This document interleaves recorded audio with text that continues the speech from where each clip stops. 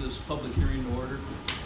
This public hearing is for citizens that about the most recently improved road improvements and ask about their assessments. We have a contracted engineer, Jason Lau of MSA, and I'll turn it over to him to answer any and all your questions. I'd like to limit any comments from the public to 3 minutes, so everybody will have a chance to speak. Jason? Okay. Thank you, Dan. Hello, everyone. Thank you for attending here tonight. I assume if everybody doesn't have it already, you were given a copy of the preliminary assessment report. I will be just kind of briefly going through that. If you don't have a copy, there is a stack of them right here if you'd like to have one as we go through the meeting. So, as Dan indicated, I guess just the format here is I'll just give a brief overview of the assessment report and kind of what it's trying to outline for everyone. And then we'll open it up then for any public comments at that point. So, the report itself, pages 3 and 4 of the assessment report just show and outline what they call the assessment district. It basically just outlines all the properties that abut the project area that are included in the assessment district. Page 5, this outlines that that basically the project will be special assessing the curb and gutter, the sidewalk along the property or along the project that's outside of the public right-of-way. So this would be basically from the right-of-way line to the adjacent buildings and businesses. And then there are a few driveways and asphalt areas that are outside of the sidewalk that could be disturbed by the project work that was also included in the assessment area in case those areas do get disturbed by the project work and would need to get reconstructed as part of that utility work that would be, again, outside of that public right-of-way space. So, if anybody is interested, there is a copy of the section of the city's ordinance that covers the assessments in case you're interested. That's up here as well. Schedule B, which is at the top of page 5, this outlines the 4 assessable bid items on the project. The top one being the sidewalk, the second one being the concrete drive areas, the next one being the asphalt drive areas, and then the last one, the concrete curb and gutter. The next 2 columns are the quantities and the units that are anticipated for the entire project based on the construction plans. The unit price column, this is the unit price from the contractor's bid. So these prices are locked in. These won't change at all now for the duration of the project. The total cost column there is just basically the quantity times the unit price to get the total cost of those items. And then again, based on the breakdown, which we'll get to, which is some of the following sheets, whatever, the assessable costs are those portions of the sidewalk, the driveways, and the concrete curb and gutter that are being assessed to the property owners.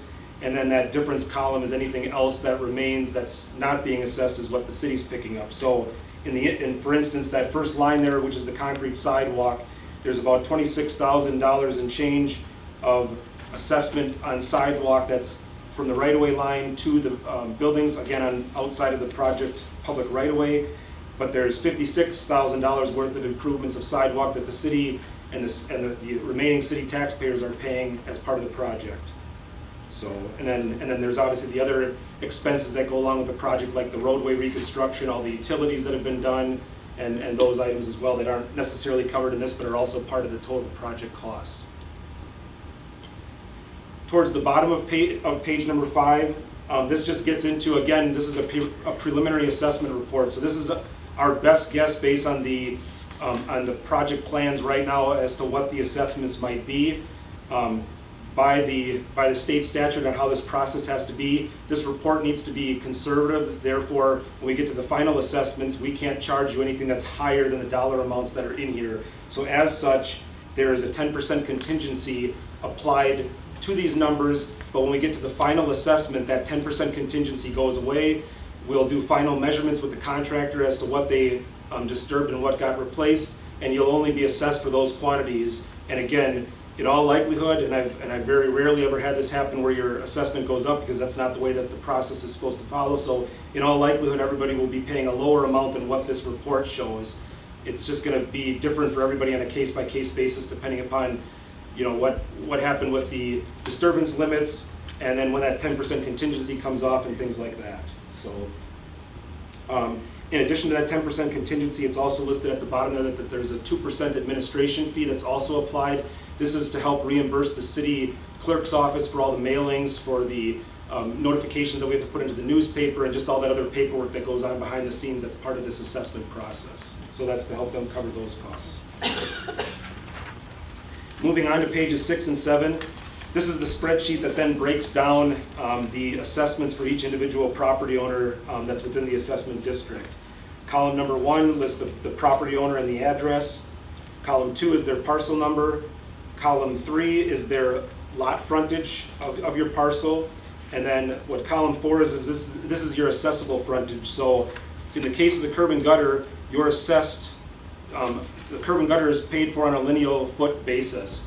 And so you're only assessed for the frontage of your parcel that abuts the property. In some cases, as some of you know, there's a couple of like bump outs where the curb isn't just running parallel with your building, it's jetting out. And so in some cases, it could be a longer distance. But to treat everybody fairly, you're only paying for what your lot frontage is, and then that difference is picked up by the city, if there are any differences like that. And then when we get into like the intersections, curb and gutter and sidewalk, again, that's a bill that's applied to the city and not the property owner. The next column is the concrete sidewalk. So what these next few columns are is the preliminary assessment cost for those assessable items. So the first column there is the concrete sidewalk. Again, this is just the sidewalk that's from the property or from the right-of-way line to your building. The next column is the concrete driveway, and then the following column is the asphalt driveway areas. Again, with this being the downtown, there's not a lot of properties that have driveways, so you'll see a lot of zeros here, but there are a few people that do have driveways that aren't being assessed. But again, this is only the areas that are outside of the public right-of-way space. And again, the plans are conservative on where those disturbance limits are. So those quantities, again, should be coming down when we get to the final assessment stage. The next column is the curb and gutter, and again, this dollar amount is based on your lot frontage, as I mentioned before. The next column is the city administration, that 2% charge, as well as the 10% contingency that I mentioned. So right now, again, these numbers are high because when we get to the final assessment report, that 10% contingency is going to fall off, and your cost will go down for sure just from that item alone. And then the second to last column on the right-hand side there, that's the total assessment. So just adding up the sidewalk, any driveway areas, and the curb and gutter, as well as that city administration and contingency fee all added up. So right now, if you look at your, where your address is, your total assessment is listed there as to what the max amount that you're expected to pay. But again, in all likelihood, that number is going to come down when we get to that final assessment report step. And when that's going to happen is once we get the project all done, we get all the measurements and all the quantities worked out with the contractor, we then refine this report or whatever and submit a copy into the city, and then they in turn will, as they're able to, whatever, get those final assessment reports out to everybody, and then following that will be the bills eventually. So, but that'll, I don't know, Megan, if you've got a rough idea if that'll just be timed towards the end of the year, or, I mean, but, well, once I hear back from you. yeah, so it'll be in a few months, so at least. The last thing that I'd like to point out, and this is towards kind of the middle of the last page, page 7. So if you look right at the bottom of the spreadsheet, before you get into all those notes that are at the very bottom, you'll see that there's a total construction cost for the overall project. This is based on the contractor's overall bill. So again, when the contractor bid this project for all the utility improvements, for the street, for everything, their bid was $908,000 and change. So if you take the total assessment amount for all the property owners and you divide it by that total construction cost, just to put it in perspective, the city is asking the abutting property owners to only pay for 6.2% of the project costs for this entire project. And I can tell you just from the other communities that I work with, that's a very low number. There's some communities that assess 30, 40, even 50% of all the project costs to their abutting property owners. So again, just to give everybody some perspective. So that's kind of a walkthrough of the preliminary assessment report. I guess one other thing that I would just like to walk through real briefly is just a little bit of the history of how we got here and just some of the meetings that took place to get us to this step where we are at the public hearing here. So if for you, those of you that attended, you might remember that back in October of last year, we held a public informational meeting for this project, and at that point in time, it was first disclosed that the city had intentions of applying special assessments for the curb, sidewalk, and driveway improvements for the project. We then needed to wait for the contractor's bid prices so that we could give you that kind of locked-in dollar amount, and we weren't guessing on the prices. That bid opening took place on March 11th of this year. Following that, we finalized this report, got it into the city. Their Public Works Committee on March 26th reviewed that and approved it to go to council.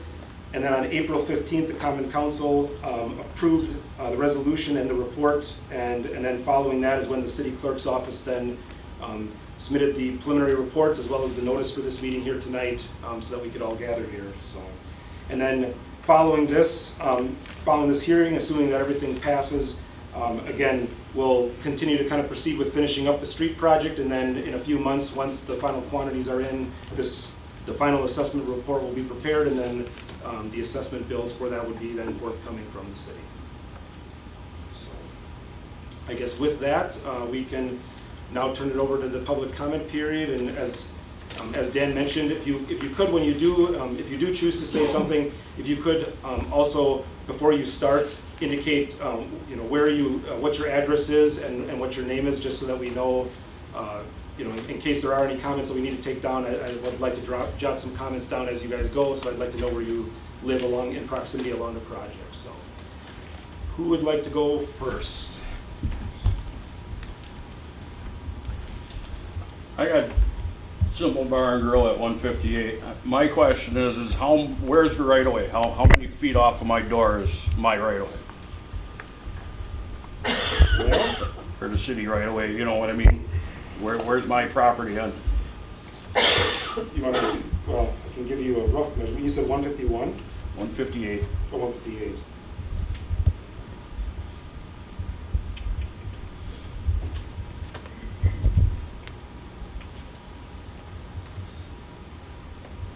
About 8 feet from the front of your building. Okay. Is that like that for everybody?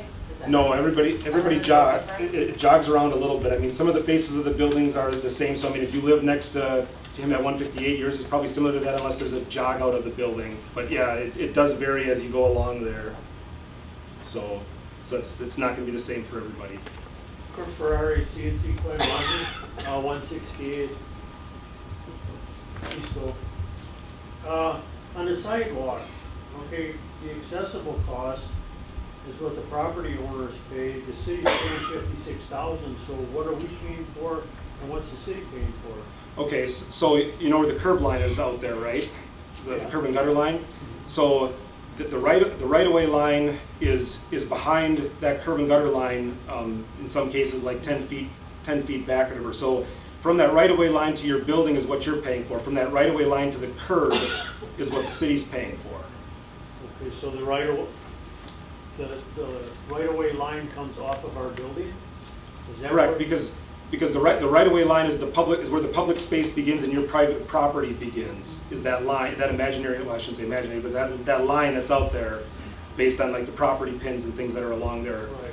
And so your building, by rights, shouldn't be over that line, because then your building would be encroaching on somebody else's property, right? So it needs to be behind that right-of-way line so that it's within your property and not on somebody else's. Right, and that right-of-way line is a straight line. It's Yes. just that our buildings aren't all. Yeah, vary a little So bit, yeah. like Travis is 8 feet, we might be 8 feet too, but Right, and then there's some places that maybe have like I think 1850s has like a canopy or something like that comes out. So that would be part of their building structure, but it's still in their property and it doesn't encroach into the public right-of-way space. But again, those little jogs and whatnot in the building lines are going to change that distance. And then also with the sidewalk too is. With this project, the city chose not to replace any of like the steps or the ramps that go up to the doors, because there's a liability and there's a risk there that we don't know how those are attached to the building or not attached. So those were deemed to be just left, and they're on private property anyway, so the city just decided to replace the concrete squares around that. But if you've got a big long ramp in front of your house, well, that's a area that's not part of the building, but it's also sidewalk that we're not replacing. So there could be some places that have a ramp that we're not replacing that, so you have less sidewalk area that's being replaced than somebody else that maybe doesn't have a ramp or doesn't have steps. Okay, so that line, anything to the building is what we can do what we want with? It's your public right of way unless the city's got any rules or regulations in place that prohibit certain activities, And but on the city side of that line, that's public. that's the public space, yep. Yep. And now, Oh. this is gonna be a two-way street, right? No one-way streets? Right. Yeah, yep, two-way. Two-way, I Yep. just wanna, Yeah, I mean, in general, the street's still gonna behave like it was before. The only the main difference is that there was, and this was discussed at the public involvement meeting that we had back in October, but the street travel lanes were kind of overly wide before. And so we narrowed those down so that we could give a little bit of extra frontage on the south side of the street for those business owners. And then we added the bump outs just for protection and to kind of help with some traffic calming through there or whatever. I mean, but besides those differences, I mean, really, like the parking and whatever else, it's all kind of the same configuration that it was before. It just those couple of differences that I mentioned are really the only difference of what the street was before to what it is now. So, you sir, you want? My name is Tim Fletcher. Hi, I'm the Tim. victim at 165 East Oak. So, it says on here asphalt driveway, and it looks like I'm the only one on here that's getting one, but I can't find any asphalt. Any asphalt that's there, I paid for already. Well, the asphalt that and we talked about this on the phone, so that asphalt pavement that's behind the sidewalk currently, again, there was some belief that we would maybe have to disturb some of that as part of the project, but as you can see out there, we haven't had to, and so that whole driveway, that asphalt driveway column of on your assessment, that's just gonna go away when we get to the final stage. But again, from this preliminary report was based on the plan that the contractor's constructing off of, and again, when we got out into the field conditions, it was believed that we might have to touch some of that asphalt, but the good news was we didn't have to, and so that's a cost that's not gonna be billed to you. When you go back and see, you'll When see we- that it was disturbed. Say, what's that? It has been disturbed.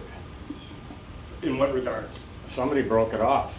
Well, yeah, and Joe the DPW mentioned that, and we're gonna work that out with the contractor, because we think the contractor nicked that, so, but that wouldn't be a cost that would be passed on to you.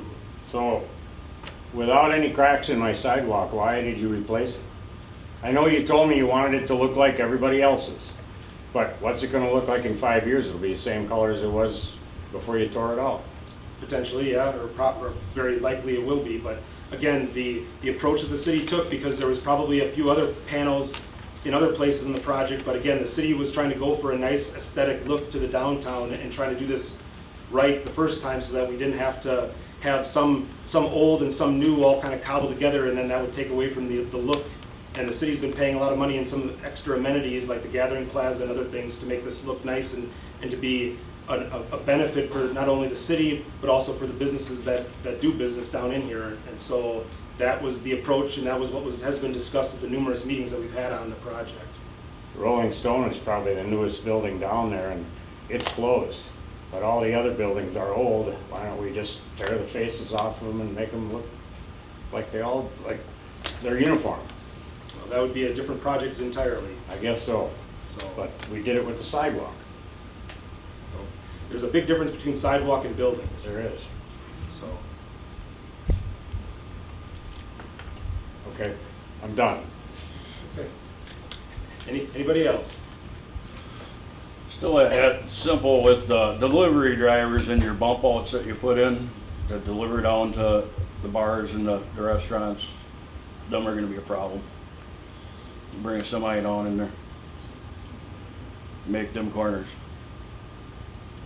Performance is at 1850 is 2 times a week with semis, trying to get in and out, and the beer deliveries, guys come down there. And they're not using the alley, or? Some of them do, not all of them. Just saying. Yeah. I mean, it's gonna be an issue. Stone don't have an alley. Even if they come in on Miller, they gotta go out on East Oak. I'm just saying, it's just gonna be an issue, trying to get them guys in and out.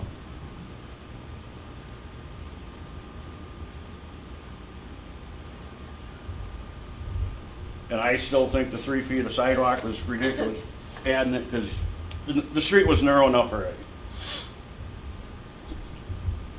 And I said that in the last meeting. You get them big trucks down there at 24 feet long, you're gonna cut off the driving lane.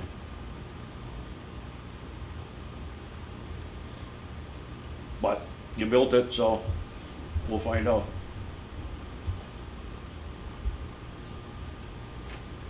Any other comments? So now this assessment, when it comes, we have to pay it all at once?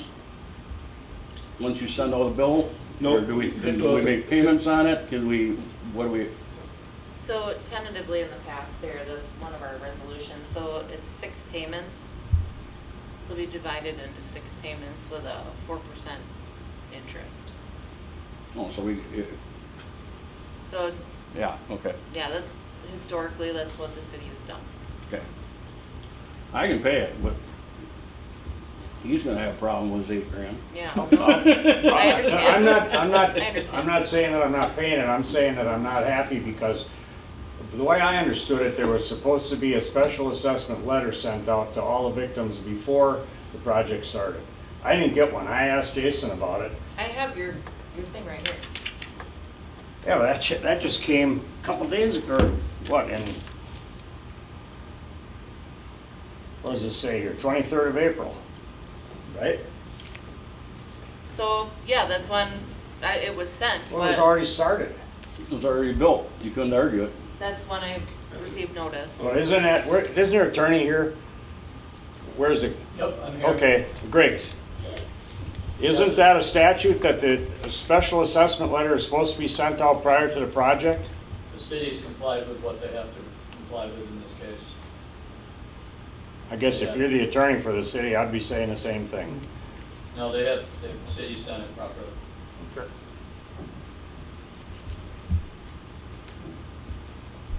I will say it does look nice. So, it does really look nice when you look down it. So,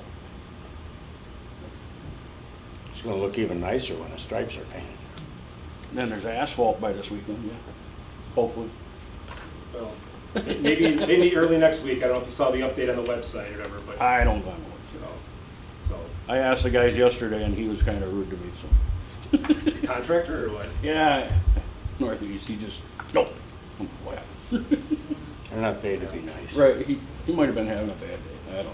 Yeah, I mean, just for the benefit of those that are here, if you haven't seen the update on the website that was posted today, but the asphalt contractor did their prep work today, and there's a chance that they may pave at the end of the week here, but more realistically, or whatever, it might be early next week, but with any luck, towards the middle to end of next week, or whatever, the road should be open to traffic again, so I mean, you know, I guess to your point, Tim, yeah, you know, we usually like to get through this whole assessment process, whatever, before construction starts, but also the contractor recognized how important it was to get this street work done to minimize the inconvenience to the businesses, and they, you know, to their credit, or to their kudos, or whatever, they jumped on this project a lot faster than we were anticipating, but again, it's also to the benefit of you guys to give you guys back your street and not keep you inconvenienced for any longer than you need to this summer, so, and that was, again, something else that was brought up at the public involvement meeting, was there was a lot of concerns about the road being shut down for the entire summer and loss of business and things like that, and so I give kudos to the contractor for getting going and getting it done right, you know, as one of the first projects they could out the gate here or whatever when we got through winter, so so again, I you know, And you guys feel how you want, but I think again that should have answered a lot of the hopes and requests that the people had that we were hearing back in October of last year when we had the public involvement meeting, so. And they have banged it out good, yes, absolutely, they've had good weather, you know, and they really worked, I mean, they worked right after the rain one day. And that, like, they started at 10 o'clock, most people wouldn't do that, you know? They would've went home at 7 o'clock and, you know, but they really did do a good job. The one thing is dust, but they could've used a water truck. Any other comments? Or questions? No, I'm good. I want to thank all of you for showing interest and coming tonight. You're welcome to hang around for the rest of the council meeting. That starts at 7. Action will be taken on this tonight as far as approving the assessments. But we do appreciate the kind comments about how nice it does look, because I've heard nothing but good comments. I think we did make good choices on what we spent extra on, and just so you're aware, that's not coming out of your common tax dollar, that's coming out of the ARPA funds that we got from the federal government after COVID. And they were encouraging us to use money like this for these kind of things. So that paid for the decorative concrete, it paid for the street lights, so that's not being tagged onto your tax rolls or anything like that. So that was money that we received from them. Any questions for the council? These are always the toughest meetings. Nobody sitting around this table likes to spend other people's money. It's just a matter that, as Jason said, we as a community assess very little compared to what most communities do right now. Heard some real horror stories about what Beaverdam had to pay for improvements along South Spring Street and what have you. They even paid for the street light in front of their place, I guess, in some cases. So we try to be as fair and reasonable, and since I've sat in this chair, we've tried to be consistent. Every project has been treated the same. There's not any alterations or deviations of how the assessment program works, and I think that's important, that everybody gets treated the same.